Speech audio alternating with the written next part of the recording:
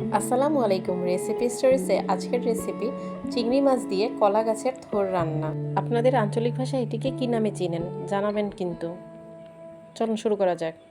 প্রথমে কলা গাছের থোড়গুলোকে আমরা পাতলা পাতলা করে গোল গোল করে কেটে নিব।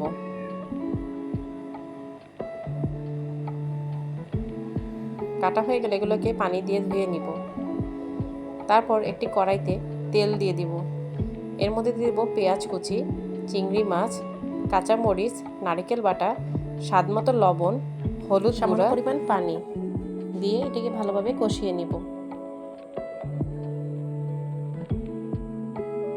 কষানো হয়ে গেলে এর মধ্যে দিয়ে দিব কেটে রাখা থোড়গুলো।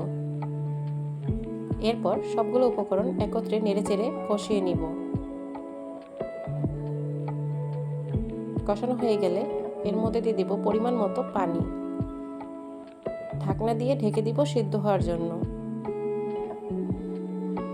থোড়গুলো সিদ্ধ হয়ে গেলে ঢাকনা খুলে নেড়েচেড়ে চুলা থেকে নামিয়ে নিব।